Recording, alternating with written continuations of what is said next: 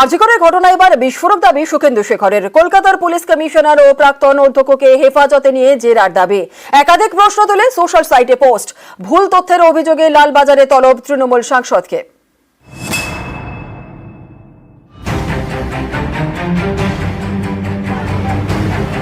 আরজিকরের chest medicine বিভাগের seminar hall থেকে উদ্ধার হয় তরুণী চিকিৎসকের দেহ।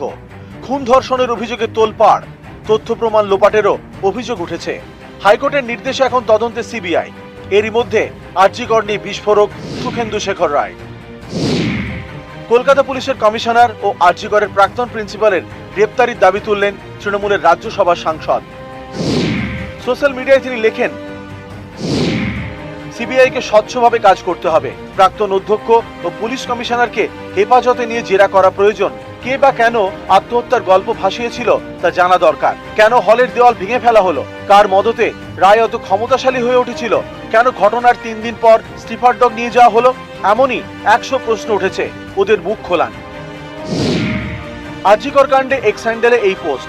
এরপরেই সুখেন্দু শেখরকে তলব করে লালবাজার। সোশ্যাল মিডিয়ায় ভুয়ো তথ্য পোস্ট করার অভিযোগে তলব করে সুখেন্দু শেখরকে।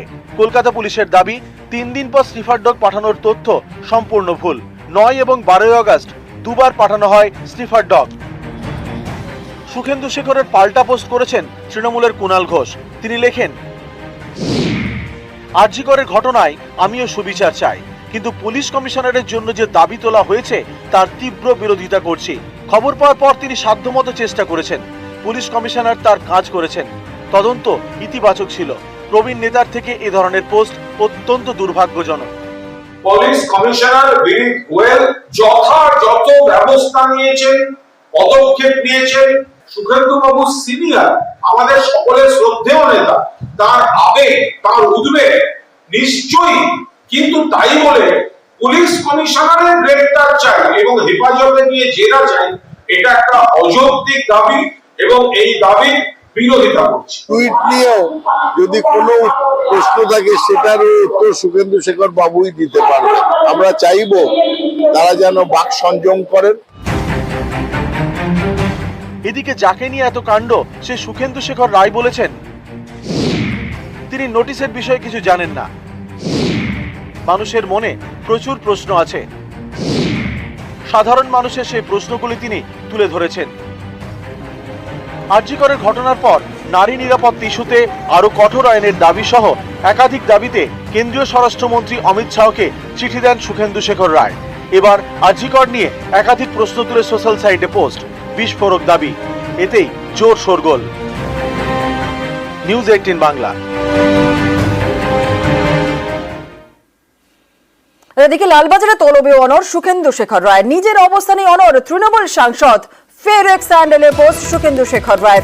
রবীন্দ্রসঙ্গীতে পোস্ট করেই ভয় করবেন না বলে চ্যালেঞ্জ সুখেন্দু শেখর রায়। লালবাজারে তলবে অনড় সুখেন্দু শেখর রায়। নিজের অবস্থানে অনড় তৃণমূল সাংসদ। ফের এক্স হ্যান্ডেলে পোস্ট সুখেন্দু শেখর রায়ের। রবীন্দ্রসঙ্গীতে পোস্ট করেই ভয় করবেন না বলে চ্যালেঞ্জ সুখেন্দু শেখর রায়ের।